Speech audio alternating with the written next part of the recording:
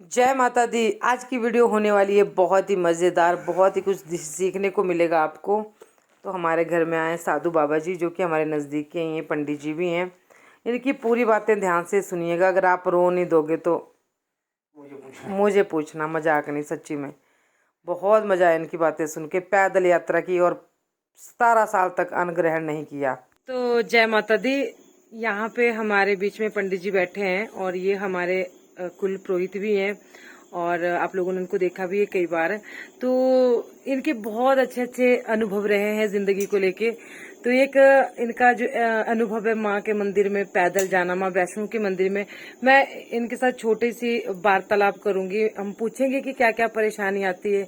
अब ये सुना रहे थे, मुझे बहुत खुशी हो रही थी और मैं मन ही मन, मेरी आंखों में मतलब ये हो रहा था कि क्या मैं भी जा पाऊंगी। तो बहुत से लोगों की इच्छा होती है कि हमने भी जाना है, लोग डर जाते हैं पैदल कैसे जाना। तो हम इनसे ना ये चीज बहुत कुछ सीखेंगे। आपने ध्यान से इनकी बातों को सुनना है और ये बहुत ही मतलब बहुत ही अच्छे विचारों वाले। और अब मैं ज्यादा नहीं बोल सकती, बाकी इनसे पूछते हैं कि ये किस तरह से गए और कैसे ये गए और क्या क्या इनको दिक्कतें आई रास्ते में। हाँ जी, अब बताइए। आप भी मतलब आप घर से चले? 6 बार हमने पैदल यात्रा। 6 बार? क्या बात। 6वीं बारी की यात्रा है। सबसे पहले हम 3 आदमी थे। जय माता रानी। आज से लगभग 27 साल पहले 27 साल पहले लगभग हम 3 आदमी थे। 3 आदमी? एक मैं था जी। एक दुर्गा दत्त नाम का दाती से अच्छा और एक बागा से कृपाराम। अच्छा। फिर भी नंगे पैर चले और जाकर के मारकंडे में हम पहली बार ठहरे। मारकंड ऋषि में? अच्छा। ठहरे रात को, सवेरे वहां से फिर चल पड़े और ऐसे चले। अब इतनी याद नहीं रही भी कहाँ ठहरे ना। हाँ, उस लगभग 40 और 45 किलोमीटर भी हम चलते रहे। 40-45 किलोमीटर पहली यात्रा की। और जाकर के हम 8 दिन में वैष्णो देवी पहुंच गए, कटरा जाकर। और कटरा से रात को ऊपर पहुंच गए। पहली बार जब आप गए थे? पहली बार जब 8 दिन में? 8 दिन में यात्रा हुई। सोच के ही ना, एक है ना, सोच के एक ही हो जाती है कि मतलब माता का ही चमत्कार है आपके ऊपर। और जो भी जब कोई हम जाता कटरा है में पहुंचे जी, तो जो एक साथी था हमारा, उसकी काफी हालात खराब। अच्छा। जबकि बोल रहे थे कटरा में हम ठहरेंगे जाकर के, उस दिन काफी हालात खराब हो गई थी, छल्ले पड़े हुए थे पाँव में। लेकिन जब वहां पहुंचे तो माँ की ऐसी कृपा की हंसने लगा और रातों रात ही हम ऊपर पहुंच गए। हे माता रानी। आप सुनते रहिए। देखिए, एक बहुत बड़ी बात है ये, माँ के ऊपर विश्वास की बात है, श्रद्धा की बात है, भक्ति की बात है। तो ये जम्मू बहुत दूर है यहाँ से। कितने किलोमीटर होगा लगभग? लगभग 400 के किलो, 400 आगे पीछे थोड़ा बहुत। और आप बाय रोड ही जाते हैं या बाई रोड, पगडंडी कहीं? ज्यादा करके बाई रोड। बाय रोड ऐसे कहीं थोड़ा सा 2-4 फुट छोटा सा कहीं एक मोड़ का मिल गया शॉर्टकट तो वहां से उतर जाना, बाकी बाय रोड। अच्छा, थोड़ी सी वो करिए आप शेर। आपने कितने सालों तक जो है भोजन नहीं किया, मतलब अन्न नहीं खाया था? आप सिर्फ 17 साल तक मैंने अन्न नहीं किया। देखिए, 17 साल तक और नंगे पैर चला। नंगे पैर चला। हाँ, ये मैंने इनको पहले भी बताया कि आपसे कभी मिलाऊंगी सभी लोगों को। कई बार लोगों के कमेंट आए कि हमें उनका जो है, उनकी लाइफ जो है हमें बताना कि वो कैसे रहते थे। कि आपका मन नहीं करता था खाना खाने का? कि जैसे मेरा कभी मन नहीं करता और आज भी मैंने अन्न को छोड़ा हुआ है। अभी भी आज भी मैं फलाहार कर दूं। और आप यकीन नहीं करोगे कि ये इतना तेज चलते हैं। अभी इन्होंने स्कूटी ली है कुछ दिन पहले। अदरवाइज मेरे मायके जाते थे, ये निमंत्रण भी देते हैं जैसे शादी ब्याह का, और भी काम बहुत दूर दूर होते हैं इनके जजमान। तो वहां पे पैदल और नंगे पांव जाना एक अपने आप में बहुत बड़ी बात है। भगवान से हम प्रार्थना करते हैं इनको और शक्ति दे। और मतलब 17 साल तक हम एक दिन तक बिना रोटी, दिन तो छोड़ो आप, हम सुबह अगर शाम को नहीं खाई तो हम वो भी बर्दाश्त नहीं होते। तो आप सीखना, बहुत कुछ सीख सकते हैं इनसे। 17 साल तक आपने बिल्कुल भी बिल्कुल भी नहीं खाया? बिल्कुल। मैंने सिर्फ उस टाइम में तो मैं सिर्फ, अब तो कई किस्म के फलाहार चले जी, लेकिन उस टाइम में खाली में आलू वगैरह जिसको बोलते हैं वो थोड़ा बहुत लेते थे। आलू लेते थे, आलू लेते थे, बस इतना लेकर के हम थे। बाकी कोई चीज नहीं, नमक नहीं खाया, मीठा नहीं खाया। और स्वाद व्रत जिसको बोलते हैं वो रखा है, बहुत सालों तक वो रखा है। ये कैसे मुमकिन हो जाता है? मतलब कैसे कर पाते हैं आप? ये जो मन परमात्मा से जब विश्वास हो जाता है, कोई सतगुरु मिल जाता है। हमारे गुरु जी दिगंबर गुरु जी, बाबा लिखिया जी, अच्छा। वो हमें जब मिले तो हमारा उनका जो अनुभव था उसके अनुसार हमने कार्य करना शुरू किया। हमें भी सब कुछ मिला। लगभग इससे पहले की जो यात्रा थी उसमें ये लड़का मन लोग बुढ़ों से हमारे साथ जा रहा था। वैसे 15 आदमी हम यहाँ से चले, वैसे लेकिन पहुंचने के लिए हम वहाँ 3 ही आदमी पहुंचे। बाकी बाकी सब कोई बस में, कोई क्या कहते हैं, बीच में डगमगा गए। तीसरा एक लड़का हमारा नदौन में जाकर के उसके टांग में दर्द हो गई, बहुत दर्द हो गई। उसने रोना शुरू कर दिया, गुरुजी मेरे पाँव में दर्द है और अब मैं बिल्कुल नहीं चल सकता, बहुत रो गया। फिर मैंने उसे बोला भाई आप ऐसा करो कि बस में चले जाओ, ज्वाला जी मिल जाना फिर हमारे को, फिर आगे तुम भी औरों की तरह चल पड़ा। हाँ। लेकिन उसने बोला कि मैं आपको ना थोड़ा आगे से ले चलता हूँ, फिर जहाँ आगे बस आएगी वहाँ हाथ दूंगा। तो मैंने उसको एक शब्द बोला कि सुन तेरे को अभिमान हो गया कि 15 में से मैं भी जाने वाला हूँ, मैं भी जाने वाला और मैं तीसरा आदमी जो मैं जा रहा हूँ इनके साथ। लेकिन अभिमान की वजह से तेरे को माता नहीं बुला रही है, तू जा सकता है, लेकिन अगर तुम अपना अभिमान छोड़ दे और माता के ऊपर विश्वास कर, और आप मानेंगे नहीं। उससे आगे लगभग कोई 4 किलोमीटर आगे वैष्णो देवी का ही एक रहता है, एक मंदिर है। अच्छा। उस मंदिर पे जब हम गए तो वहाँ हमारे को फलाहार वगैरह, उनको खाना वगैरह खिलाया गया। जी जी। और वहाँ बैठ करके जब चलने लगा तो हमारे साथ वैष्णो देवी तक पूरे 10 दिन में हम वहाँ पहुँच गए। 9 दिन। दूसरी बारी की बात है, उसकी दर्द बिल्कुल क्लियर। ये इससे पहले वाली यात्रा है हमारी, इससे पहले वाली 7 साल पहले गए थे आप। तो उस लड़की ए माता का हाँ, अगर हमें विश्वास ये नहीं, उसको अहम हो गया कि मैं जा सकता हूँ। जिस आदमी को अभिमान हो जाता है वो कभी भी किसी भी सीमा को पार नहीं कर सकता। बिल्कुल जी, घमंड। यहाँ अभिमान होने से इंसान कुछ नहीं कर सकता। परमात्मा की एक शक्ति न्यूछावर सब कुछ हम मानते कि परमात्मा है, वो है। क्या बात है। ऐसे बहुत बार, कई बार हमने रास्ते में सोचा। एक बार ऐसा हुआ कि रास्ते में जा रहे थे और कई जगह हमने ठहरने की सोची, लेकिन किसी जगह पे नहीं मिली जगह। तो मेरे को पूछा उन्होंने, बोली जी अब कहाँ ठहरेंगे? मैंने बोला जहाँ माता ठहराएगी। तो लगभग हम रात के 8:30-9 बजे का टाइम था, और जम्मू बाईपास से पीछे एक जगह पड़ती है, उसमें फोन भी मेरे पास पड़ा बेचारा। तो वो 2 लड़के आगे निकल रहे थे मेरे से और पीछे में चला हुआ था। अच्छा। और माला फिरता जा रहा था, मेरे हाथ में माला थी, माला फिर रही थी। और ऐसे ही लगभग 9:30 बजे या 9 बजे के करीब में वो पीछे से दौड़ करके आया, बाबा जी मेरे बात ठहरना है, आप कहाँ जा रहे हो? मैंने बोला ऐसे हम तो वैष्णो देवी कहाँ ठहरेंगे? तो मैंने कहा जी कहीं भी आगे जगह मिलेगी। बोला आगे कहीं जगह नहीं है। और उस समय हमें अपने घर में, जबकि मैंने बोला कि माता स्वयं इंतजाम करेगी। लगभग 1 घंटे के बाद उन्होंने इंतजाम कर, भरोसे की बात है। हमें माता पे पूर्ण विश्वास है, हम अपनी जान दे सकते हैं माता के लिए, इतना हमें पूर्ण विश्वास है। यही भरोसा होता है, और माँ बहुत आगे तक लेके जाती है। और मेरा भी अपना ऐसा ही विश्वास है, क्योंकि पता है लोग भरोसा नहीं करते, वो थोड़ी देर के लिए करते फिर बोलते नहीं मैं हूँ, जो मैं करूंगा वो मैं ही करूंगा। ऐसा कुछ नहीं होता। वो खुद आया, उसने ही पहुंचाया आपको वहां पे। और सबसे बड़ी बात थी आपका जो अटूट विश्वास है माँ के लिए, कि वो आएगी, वो लेके जाएगी, वो पहुंचाएगी जैसे भी करके। तो अच्छा, इस बार 10 दिन लगे आपको? ये 10 दिन। अच्छा, 10 दिन लगे। हमने सवेरे दर्शन किए। तो कैसा अनुभव था उस टाइम जब आप तो 7वीं बार 6ठी बार जा गए? 6ठी बार गए। अनुभूति एक अलग जैसी होती होगी वो। हमें पता नहीं लगता, नहीं जब हम निकलते तो हमें पता नहीं लगता कौन सा हमें खींच के ले जा रही है। रास्ते में बहुत दिक्कतें आती है, बड़े कंकर होते, सड़कों में बड़े कंकर होते। मैं नंगे पाँव था, चलो औरों के बाद चप्पल होती। आप नंगे पाँव? इस बार भी नंगे पाँव? नंगे पाँव था। मैंने वैष्णो देवी में जाके चप्पल पहनी।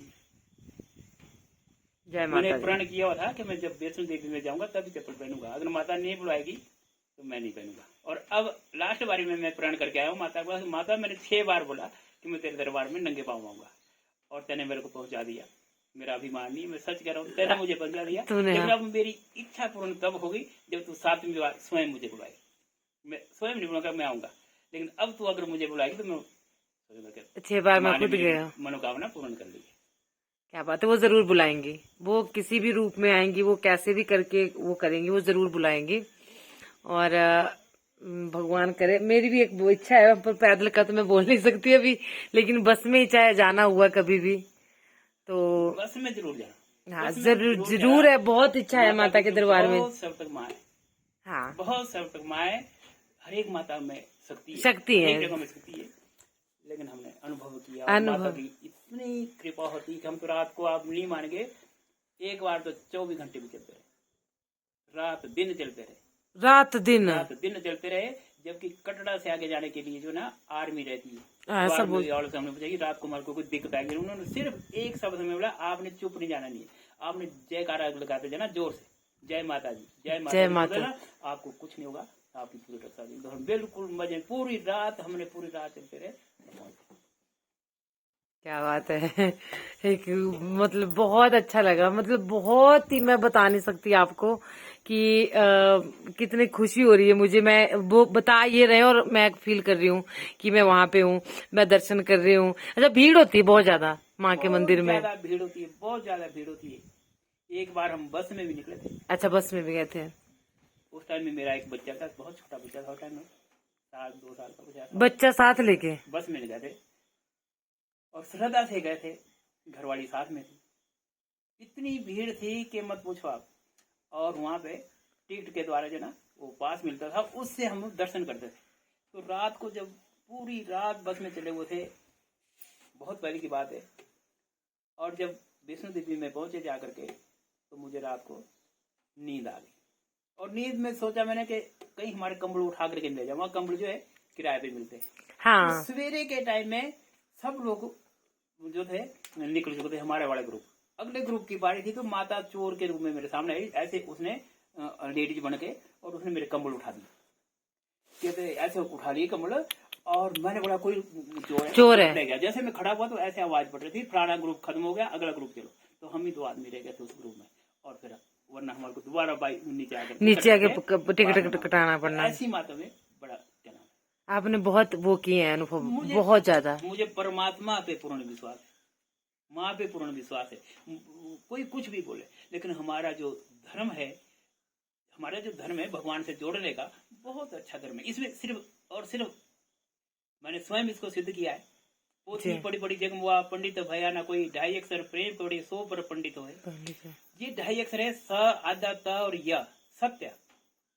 इनको और सत्य कौन है? सत्य गुरु महाराज की है। सत्य, अगर हमारे अंदर सच्चाई है, परमात्मा सत्य नारायण परमात्मा है, तो हमारा मिलन हो जाता है।